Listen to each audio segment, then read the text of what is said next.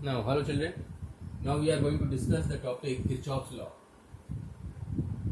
He was a scientist, physicist, and he gave the two laws, junction law and loop law. Basically, these law for the electrical circuit by which you can easily find electric current and potential difference in any circuit.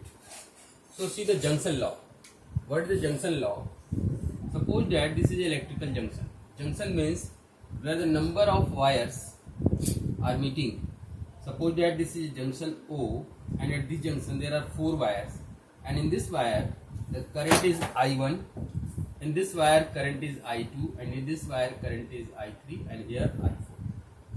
So what is the junction law? Junction law told that at any junction the algebraic sum of all current is 0. Algebraic sum of all current is 0 means sum of all these current must be 0. So look here, what is the algebraic sum? There must be a sign convention. For incoming current we use the positive sign, and for outgoing current from the junction we take the negative sign.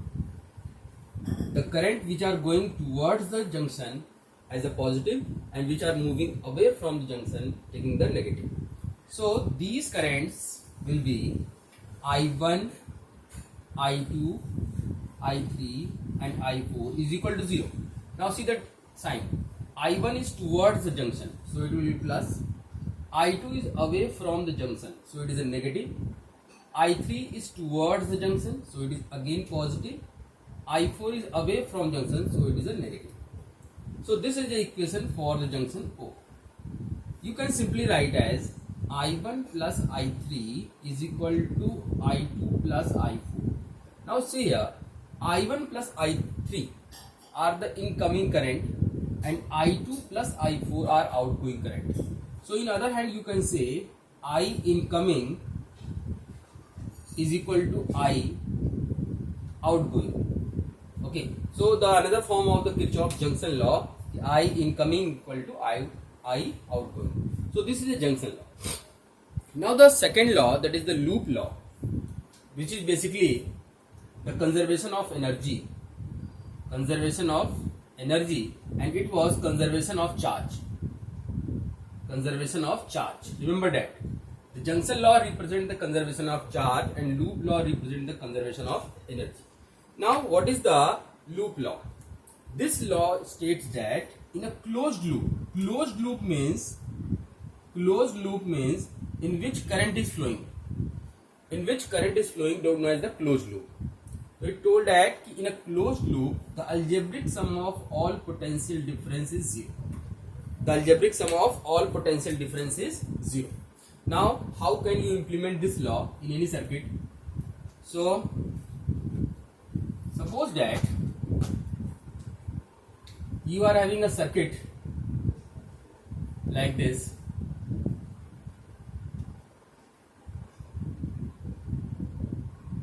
There are 3 resistances R1, R2 and R3, and 2 cells Xi1 and Xi2. Let Xi1 is greater than Xi2. So first you must draw some current.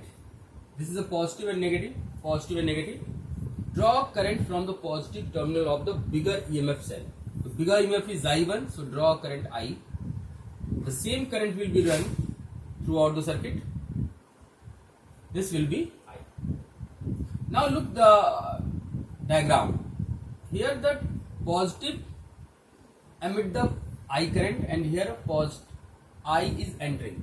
So that means this cell is discharging mode and this cell is charging mode. It is other matter. Now put the sign. It is a conventional.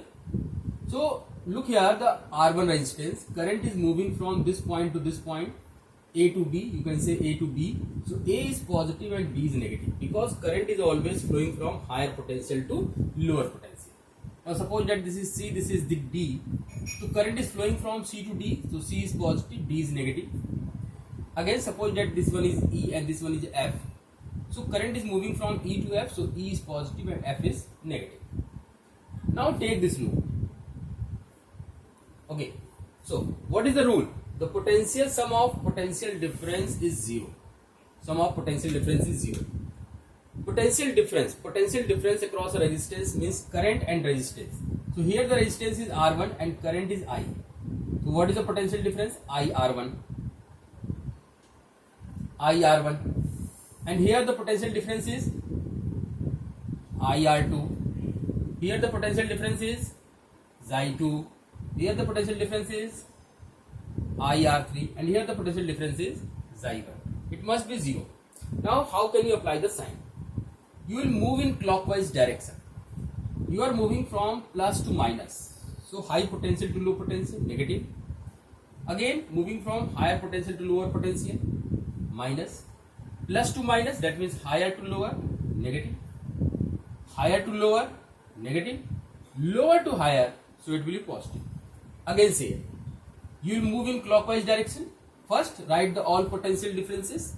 Now put the sign. You will move in clockwise direction, positive to negative, minus, positive to negative, minus, positive to negative, minus, positive to negative, minus, negative to positive, positive. So this one is your equation by which you can calculate the current in the circuit, or after that you can find the potential difference. So these are the two laws, first law and second law, that is known as the Kirchhoff's jump law. Thank you.